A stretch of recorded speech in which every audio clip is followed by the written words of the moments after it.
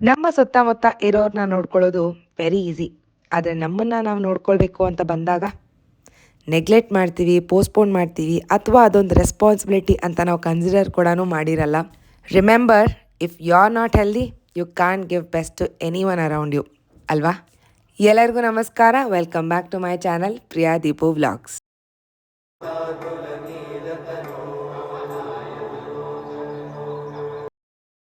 ಈ video what I eat in a day ಇರುತ್ತೆ during my intermittent fasting. And ನನಗೆ ಗೊತ್ತಿರೋ ಇನ್ಫಾರ್ಮೇಷನ್ ಇಂಟರ್ಮಿಟೆಂಟ್ ಫಾಸ್ಟಿಂಗ್ ಬಗ್ಗೆ ಕಂಪ್ಲೀಟಾಗಿ ತಿಳಿಸ್ಕೊಡ್ತೀನಿ.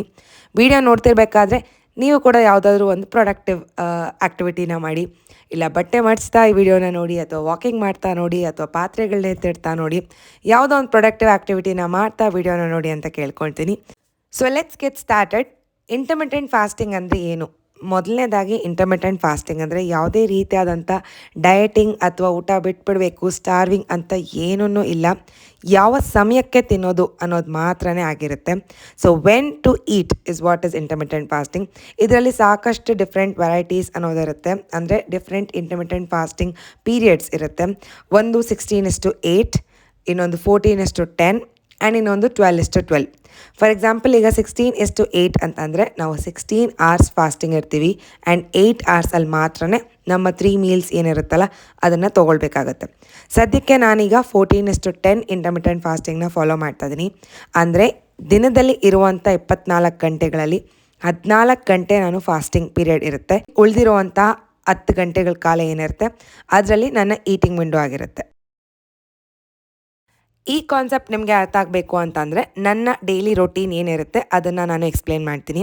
ಸುಮಾರು 5-5:30 ಆಗೆ ನಾನು ಎದ್ದೇಳ್ತೀನಿ. ಸೊ 6:30 6:30 ಆಗೆ ನಾನು ಡಿಟಾಕ್ಸ್ ವಾಟರ್ನ ತೊಗೊತೀನಿ. ಇದರಲ್ಲಿ ನಾನು CFC ವಾಟರ್ನ ತೊಗೊತೀನಿ. ಮುಂದೆ ವಿಡಿಯೋದಲ್ಲಿ ಏನು ಅಂತ ಎಕ್ಸ್ಪ್ಲೇನ್ ಕೂಡ ಮಾಡ್ತೀನಿ. ಈ ಡಿಟಾಕ್ಸ್ ವಾಟರ್ನ ತೊಗೊಳ್ಳೋದ್ರಿಂದ ವೆಯ್ಟ್ ಲಾಸ್ ಆಗಿಬಿಡುತ್ತೆ ಅಂತಂದರೆ ಖಂಡಿತವಾಗ್ಲೂ ಇಲ್ಲ, ಅದೊಂದು ರಾಂಗ್ ಕಾನ್ಸೆಪ್ಟ್. ಬಾಡಿಯಲ್ಲಿರುವಂಥ ಟಾಕ್ಸಿನ್ಸ್ನ ರಿಮೂವ್ ಮಾಡೋದ್ರಲ್ಲಿ ಹೆಲ್ಪ್ ಮಾಡುತ್ತೆ ಆ್ಯಂಡ್ ನಮ್ಮ ಮೆಟಬಾಲಿಸಮ್ ಏನಿರುತ್ತಲ್ಲ ಅದನ್ನು ಇನ್ಕ್ರೀಸ್ ಮಾಡೋದ್ರಲ್ಲಿ ಮಾತ್ರನೇ ಹೆಲ್ಪ್ ಮಾಡುತ್ತೆ. ಇಷ್ಟು ಮಾತ್ರನೇ ಈ ಡಿಟಾಕ್ಸ್ ವಾಟರ್ನ ಬೆನಿಫಿಟ್ಸ್. ಇಂಟರ್ಮಿಟೆಂಟ್ ಫಾಸ್ಟಿಂಗ್ ಮಾಡೋದ್ರಿಂದ ಏನಾಗುತ್ತೆ ಅನ್ನೋದಕ್ಕೆ ಇಲ್ಲಿದೆ ಉತ್ತರ. ಫಾಸ್ಟಿಂಗ್ ಪೀರಿಯಡಲ್ಲಿ ನಾವು ಏನೇ ಆ್ಯಕ್ಟಿವಿಟೀಸ್ ಮಾಡಬೇಕಂದ್ರೂ ನಮಗೆ ಎನರ್ಜಿ ಅನ್ನೋದು ಬೇಕೇ ಬೇಕು. ಆ ಫಾಸ್ಟಿಂಗ್ ಪೀರಿಯಡಲ್ಲಿ ಆಹಾರ ಇಲ್ಲದೆ ಇರೋ ಕಾರಣ ಎನರ್ಜಿ ಎಲ್ಲಿಂದ ಬರುತ್ತೆ? ಆಲ್ರೆಡಿ ಬಾಡಿಯಲ್ಲಿ ಸ್ಟೋರ್ ಆಗಿರುವಂಥ ಫ್ಯಾಟ್ಸ್ ಏನಿರುತ್ತಲ್ಲ ಅದನ್ನೆಲ್ಲ ಯುಟಿಲೈಸ್ ಮಾಡಿಕೊಂಡು ನಮಗೆ ಎನರ್ಜಿ ಅನ್ನೋದು ನೀಡ್ತಾ ಬರುತ್ತೆ. ಸೊ ಈ ಫ್ಯಾಟ್ಸ್ ಅನ್ನೋದು ಕರಗ್ತಾ ಹೋದಾಗ ನಮಗೆ ಒಂದು ವೆಯ್ಟ್ ಲಾಸ್ ಅನ್ನೋದಾಗುತ್ತೆ, ಎನರ್ಜಿ ಲೆವೆಲ್ಸ್ ಹೈ ಆಗ್ತಾ ಬರುತ್ತೆ, ಪ್ರಾಪರ್ ಡೈಜೆಷನ್ ಅನ್ನೋದು ಬರುತ್ತೆ, ಅಥವಾ ಈ ಕ್ರೇವಿಂಗ್ಸ್ ಮೇಲೆ ಒಂದು ಕಂಟ್ರೋಲ್ ಅನ್ನೋದು ಸಿಗುತ್ತೆ ಆ್ಯಂಡ್ ಸಾಕಷ್ಟು ಹೆಲ್ತ್ ಬೆನಿಫಿಟ್ಸ್ ಅನ್ನೋದು ಓವರಾಲ್ ಆಗಿ ನಮಗೆ ಸಿಗ್ತಾ ಬರುತ್ತೆ. ಈ ಇಂಟರ್ಮಿಟೆಂಟ್ ಫಾಸ್ಟಿಂಗ್ ಅನ್ನೋದು ಯಾವುದೇ ರೀತಿಯಾದಂಥ ಹೊಸ ಪ್ರಾಕ್ಟೀಸ್ ಅಂತೂ ಅಲ್ವೇ ಅಲ್ಲ. ಸಂಕಷ್ಟ ಅಥವಾ ಶಿವರಾತ್ರಿ ಅಥವಾ ಯಾವುದೇ ಬೇರೆ ಒಕೇಶನ್ಸಲ್ಲಿ ಫಾಸ್ಟಿಂಗ್ ಅನ್ನೋದನ್ನು ನಾವು ಪ್ರಾಕ್ಟೀಸ್ ಮಾಡ್ತಾನೆ ಬಂದಿದ್ದೀವಿ. ಈಗ ಅದು ಬೆಳಕಿಗೆ ಬರ್ತಾ ಇದೆ ಅಂತ ಹೇಳ್ಬೋದು, because of our sedentary life style. And yes, ಇಲ್ಲೊಂದು ಡಿಸ್ಕ್ಲೇಮರ್, ನಿಮಗೆ ಯಾವುದೇ ರೀತಿಯಾದಂಥ ಮೆಡಿಕಲ್ ಇಶ್ಯೂಸ್ ಇದ್ದರೆ ಅಥವಾ ಗ್ಯಾಸ್ಟ್ರಿಕ್, ಬ್ಲೋಟಿಂಗ್, ಆ್ಯಸಿಡಿಟಿ ಈ ಥರ ಯಾವುದಾದ್ರೂ ಪ್ರಾಬ್ಲಮ್ಸ್ ಇದ್ದರೆ ಅಥವಾ ನೀವು ಪ್ರೆಗ್ನೆಂಟ್ ಆಗಿದ್ದರೆ ದಯವಿಟ್ಟು ಇಂಟರ್ಮಿಟೆಂಟ್ ಫಾಸ್ಟಿಂಗ್ನ ಫಾಲೋ ಮಾಡೋಕ್ಕೆ ಹೋಗಬೇಡಿ. ನಿಮ್ಮ ಡಯಟಿಷಿಯನ್ ಅಥವಾ ನಿಮ್ಮ ಡಾಕ್ಟರ್ನ ಕನ್ಸಲ್ಟ್ ಮಾಡೋದನ್ನು ಮರಿಬೇಡಿ. ಆ್ಯಂಡ್ ನಿಮಗೆ ಇದು ಗೊತ್ತಿಲ್ಲ ಈ ಕಾನ್ಸೆಪ್ಟ್ ಅಥವಾ ನನಗೆ ಅರ್ಥ ಆಗ್ತಿಲ್ಲ ಅಂದರೆ ಕೂಡ ಮಾಡೋಕ್ಕೆ ಹೋಗಬೇಡಿ. ಕಂಪ್ಲೀಟಾಗಿ ರಿಸರ್ಚ್ ಮಾಡಿ ತಿಳ್ಕೊಂಡು ಮಾಡಿ ಅಂತ ಹೇಳೋದಕ್ಕೆ ಇಷ್ಟಪಡ್ತೀನಿ.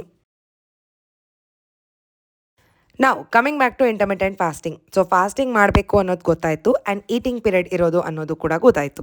ಸೊ ಈಗ 24 ಗಂಟೆಗಳ ಕಾಲದಲ್ಲಿ ನನಗೆ 14 hours ನಾನು ಫಾಸ್ಟಿಂಗ್ ಇರ್ತೀನಿ ಆ್ಯಂಡ್ 10 hours ಈಟಿಂಗ್ ವಿಂಡೋ ಆಗಿರುತ್ತೆ. ಈ 14 hoursಲ್ಲಿ ಕೆಲವೊಂದು ಅವರ್ಸ್ ನಾವು ರಾತ್ರಿ ನಿದ್ದೆ ಮಾಡೋದ್ರಲ್ಲೇ ಕಳೆದುಬಿಟ್ಟಿರ್ತೀವಿ. So it is very very easy.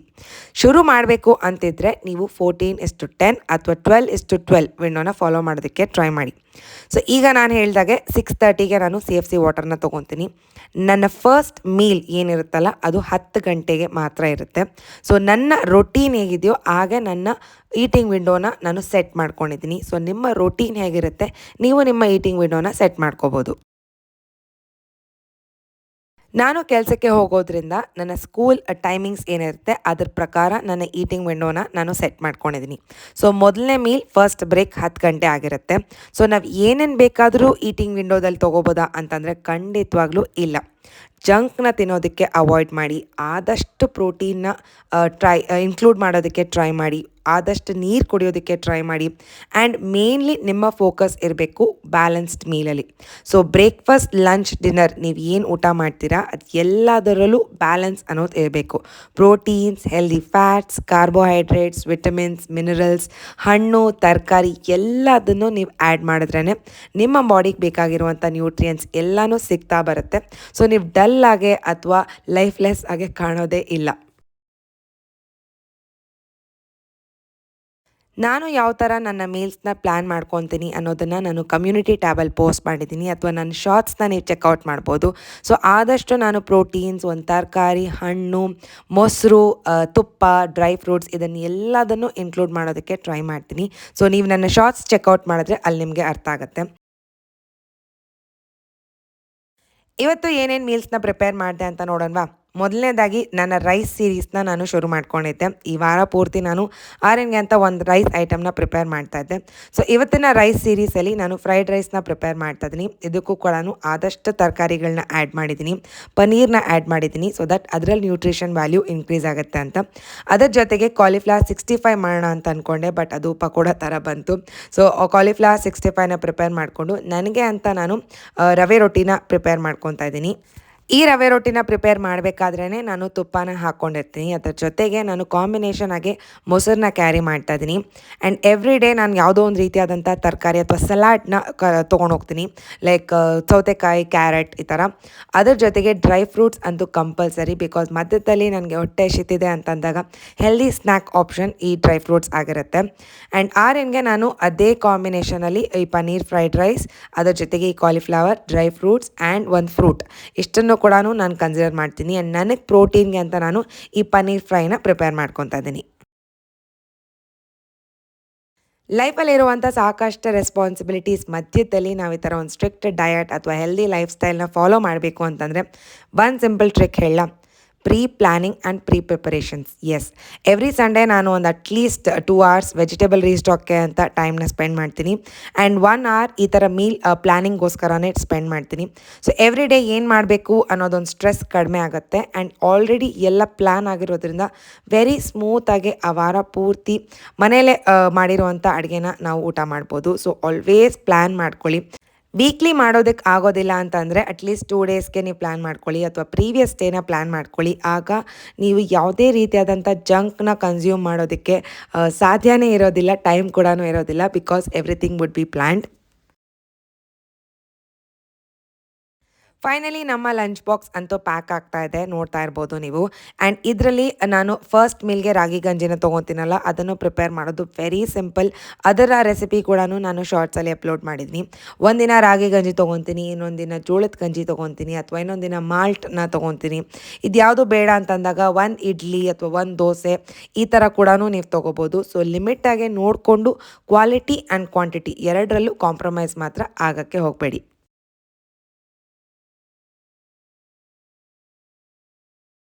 ನೀವು ಇಂಟರ್ಮಿಟೆಂಟ್ ಫಾಸ್ಟಿಂಗ್ನ ಫಾಲೋ ಮಾಡಬೇಕು ಅಂತಂದರೆ ನನ್ನ ಸಜೆಷನ್ 12:12 ರೇಷಿಯೋಯಿಂದ ಶುರು ಮಾಡ್ಕೊಳ್ಳಿ.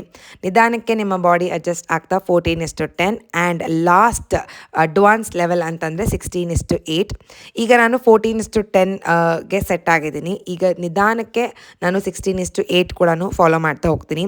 ಸೊ ವೆರಿ ಸ್ಟ್ರಿಕ್ಟ್ ಆಗಿರಬೇಕು, ನಿಮ್ಮ ಮೈಂಡ್ ಸೆಟ್ ತುಂಬಾ ಸ್ಟ್ರಾಂಗ್ ಆಗಿರಬೇಕು, ನಿಮ್ಮ ಪರ್ಪಸ್ ತುಂಬಾ ಸ್ಟ್ರಾಂಗ್ ಇರಬೇಕು. ಆ್ಯಂಡ್ ನಿಮ್ಮ ಪರ್ಪಸ್ ವೆಯ್ಟ್ ಲಾಸ್ ಆಗಿದ್ದರೆ ಇಲ್ಲಿಗೆ ನಿಲ್ಲಿಸ್ಬಿಡಿ, ಬಿಕಾಸ್ ವೆಯ್ಟ್ ಲಾಸ್ ಅಂತ ನೀವು ಶುರು ಮಾಡಿಕೊಂಡ್ರೆ it is really a wrong thing. Overall health, ನಿಮ್ಮ ಎನರ್ಜಿ, ನಿಮ್ಮ ಮೈಂಡ್ ಸೆಟ್ ಎಲ್ಲನೂ ಇಂಪ್ರೂವ್ ಆಗ್ತಾ ಬರುತ್ತೆ, ನಿಮ್ಮ ಡೈಜೆಷನ್ ಇಂಪ್ರೂವ್ ಆಗ್ತಾ ಬರುತ್ತೆ, ಮೆಟಬಾಲಿಸಮ್ ಇಂಪ್ರೂವ್ ಆಗ್ತಾ ಬರುತ್ತೆ. ಸೊ ವೆಯ್ಟ್ ಲಾಸ್ ಅಂತ ಅಂದ್ಕೊಂಡಿದ್ರೆ ಖಂಡಿತವಾಗ್ಲೂ ಇದೊಂದು ರಾಂಗ್ ಸ್ಟೆಪ್. ಓವರಾಲ್ ಹೆಲ್ತ್ನ ಇಂಪ್ರೂವ್ ಮಾಡಬೇಕು ಅಂತಂದರೆ yes, you can take it up right ಅವೇ.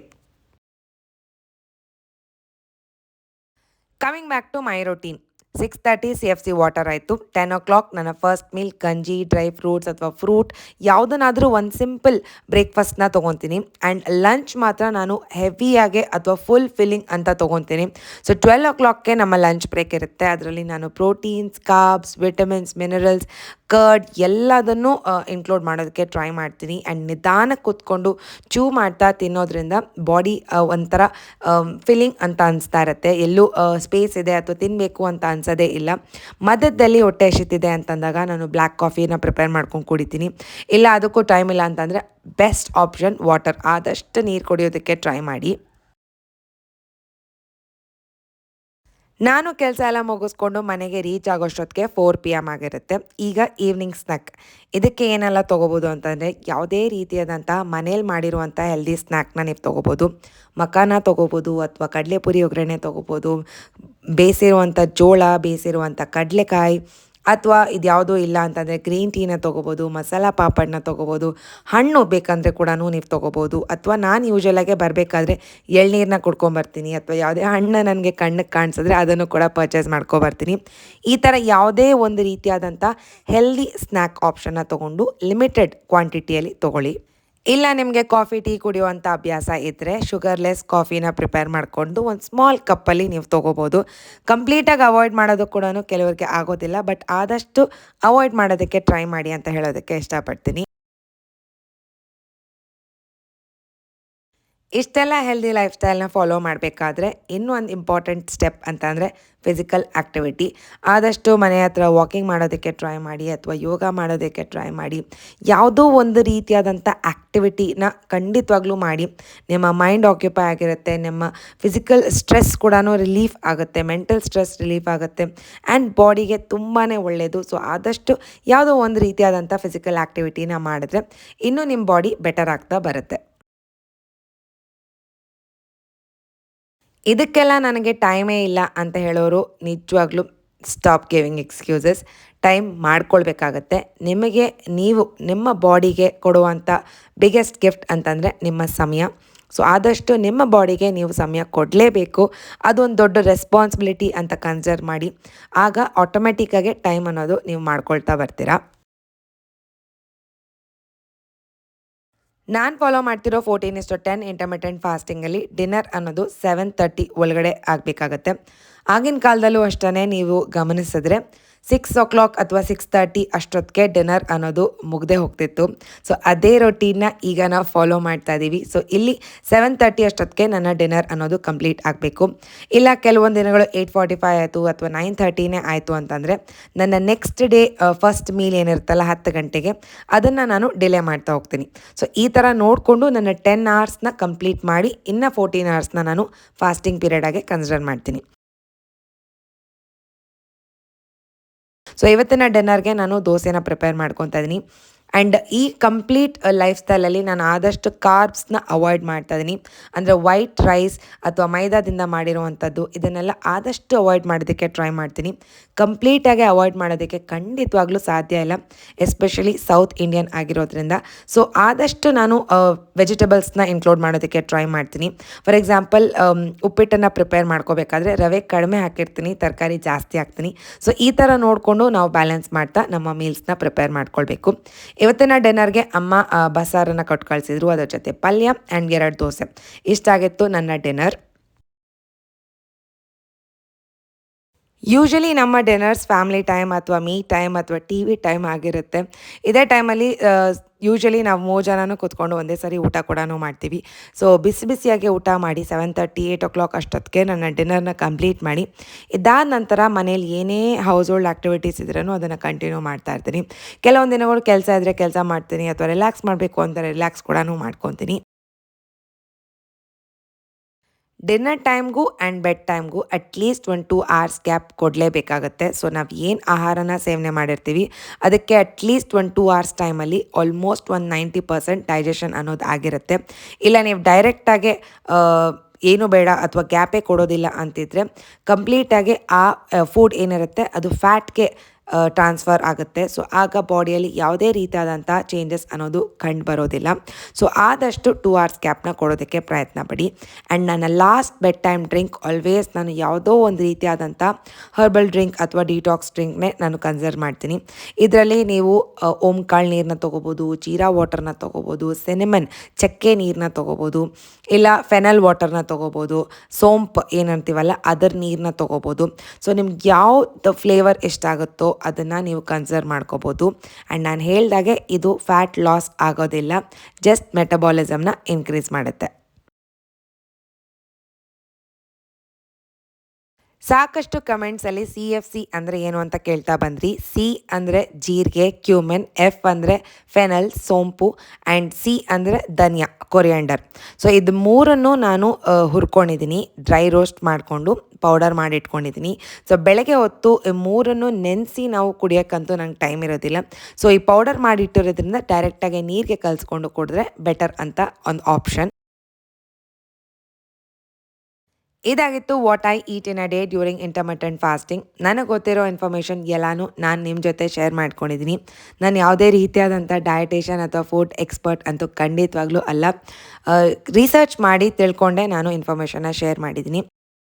ಈ ವಿಡಿಯೋ ನಿಮಗೆ ಇಷ್ಟ ಆಗಿದ್ರೆ ಅಥವಾ ಹೆಲ್ಪ್ಫುಲ್ ಅಂತ ಅನಿಸಿದ್ರೆ ಅಥವಾ ಇನ್ಫಾರ್ಮೇಟಿವ್ ಅಂತ ಅನಿಸಿದ್ರೆ ಲೈಕ್ ಮಾಡಿ, ನಿಮ್ಮ ಫ್ಯಾಮಿಲಿ ಆ್ಯಂಡ್ ಫ್ರೆಂಡ್ಸ್ ಜೊತೆ ಶೇರ್ ಮಾಡಿ, ಆ್ಯಂಡ್ ನಿಮ್ಮ ಅನಿಸಿಕೆ ಅಭಿಪ್ರಾಯಗಳನ್ನ ಕಮೆಂಟ್ಸಲ್ಲಿ ತಿಳಿಸೋದನ್ನು ಮರೆಯೋಕ್ಕೆ ಹೋಗಬೇಡಿ. ನೋಡ್ತಿರೋ ಪ್ರತಿಯೊಬ್ಬರಿಗೂ ಥ್ಯಾಂಕ್ ಯು ಅಂತ ಹೇಳ್ತಾ ಸಿಗೋಣ ಇನ್ನೊಂದು ವ್ಲಾಗಲ್ಲಿ, ಇನ್ನೊಂದು ಚಾಪ್ಟರಲ್ಲಿ. ಅಲ್ಲಿವರೆಗೂ take care of your self. ಅದು ರೆಸ್ಪಾನ್ಸಿಬಿಲಿಟಿ ಅಂತ ಕನ್ಸಿಡರ್ ಮಾಡಿ ನಿಮ್ಮನ್ನು ನೀವು ನೋಡ್ಕೊಳ್ಳಿ. ಸಿಗೋಣ, ಅಲ್ಲಿವರೆಗೂ ಟೇಕ್ ಕೇರ್ ಆ್ಯಂಡ್ ಬಾಯ್.